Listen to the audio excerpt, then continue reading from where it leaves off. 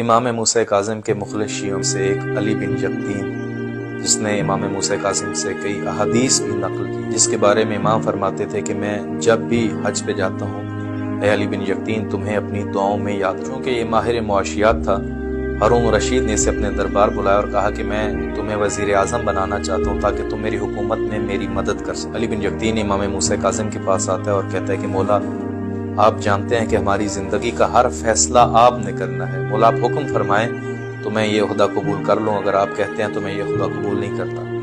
مولا نے کہا کہ یقین تم یہ عہدہ قبول کرو اور ساتھ میں تمہیں 3 خوشخبریاں سنا، اس کے بدلے تمہیں مجھ سے صرف ایک وعدہ کرنا ہے۔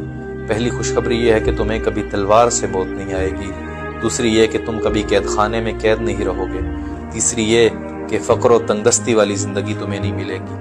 اس کے بدلے تمہیں مجھ سے صرف ایک وعدہ کرنا ہے۔ بتائیے مولا کیا وعدہ کرو؟ کہا کہ تم جب وزیر اعظم بن جاؤ اور یہ وزارت کا عہدہ قبول کر لو، جتنا بڑا کام ہو، جتنی بڑی مصروفیت میں تم ہو، جب بھی میرا شیعہ چل کے تمہارے پاس آئے، سارے کام چھوڑ کے پہلے اس کی مدد کرو۔ امام سے وعدہ کر لیا کہ مولا میں ضرور مدد کروں گا۔ وقت گزرتا گیا۔ کوفہ سے ایک دفعہ صفوان جمال اپنی کوئی پریشانی لیے اس کے پاس گیا کہ میں علی بن یقطین کے پاس جاتا ہوں اور میری یہ مشکل ہے، علی بن یقطین ہی حل کر سکتا ہے۔ لیکن علی بن یقطین چونکہ مصروف ہو گیا، وزیر اعظم بن گیا اور کافی کام آ گئے، تو صفوان جمال کو وقت نہ دے سکا۔ صفوان جمال مایوسی کی حالت میں کوفہ واپس پلٹتا ہے اور دل میں سوچتا ہے کہ مولا نے اس سے وعدہ لیا تھا تب میں اس کی طرف گیا ہوں، لیکن اب چونکہ بڑا آدمی ہو گیا ہے، کہاں شیعوں کی بات۔ چند دنوں بعد جب علی بن یقطین مدینہ امام موسیٰ کاظم کی زیارت کو آتا ہے، بیت الشرف تشریف لاتا ہے، دروازے پہ دستک دیتا ہے، اندر سے غلام آتا ہے اور کہتا ہے علی بن یقطین مولا کہتے ہیں میں تم سے ملنا نہیں چاہتا۔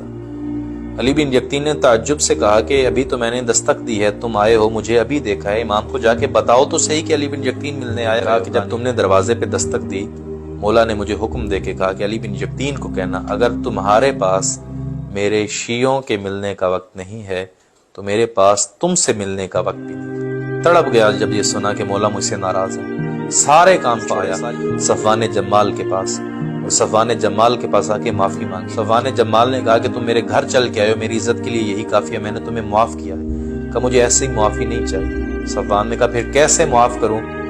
چونکہ صفوان نے اونٹ رکھے ہوئے تھے اور جہاں اونٹ باندھتا تھا وہاں پہ علی بن یقطین کھڑا تھا، اسی زمین پہ علی بن یقطین لیٹا، اپنا ایک رخسار زمین پہ رکھا اور کہا کہ صفوان تم اپنا دوسرا پاؤں میرے دوسرے رخسار پہ رکھو تاکہ یہ چہرہ میں امام کو دکھانے کے قابل بنا سکوں۔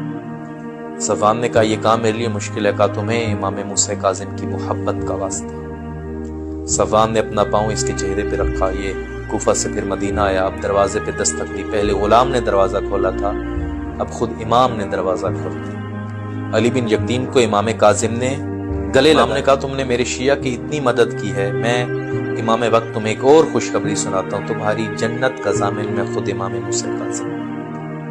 امام کسی مومن سے غافل نہیں ہے، ہر مومن کی پریشانی جانتے ہیں۔ صفوان نے امام کو آ کے بتایا نہیں تھا مولا پریشان ہو، لیکن امام خود جانتے تھے، جو پریشان ہے امام اسے بھی جانتے ہیں اور جس نے پریشانی حل نہیں کی امام اسے بھی جانتے ہیں۔ ایک شیعہ کی مدد کرنا، امام اتنے خوش ہوئے کہ جنت کی بشارت دیتے ہیں۔ آج اگر ہم بھی امام زمانہ سے جنت کی بشارت چاہتے ہیں، سب سے پہلا عمل یہ کریں کہ ہم اہل بیت کے شیعوں کی زندگیوں میں آسانیاں پیدا کریں۔ آج اگر ہم بھی امام زمانہ سے جنت کی بشارت لینا چاہتے ہیں، سب سے پہلا کام یہی ہے کہ ہم اہل بیت سے محبت کرنے والے مومنوں کی زندگیوں میں آسانیاں پیدا کریں، انہیں خوشیاں عطا کریں، چونکہ ایک مومن کو خوش کرنا امام زمن جنت کی بشارت ہے، اور اگر ایک مومن کو خوش کرنا جنت کا سبب بنتا ہے تو خدا نہ خواستہ زندگی میں کوئی ایسا عمل نہ کریے کہ آپ کی وجہ سے کوئی مومن تکلیف میں آئے، کسی مومن کی زندگی پریشانی میں گزرے اور امام زمن ہم سے ناراض ہو جائے۔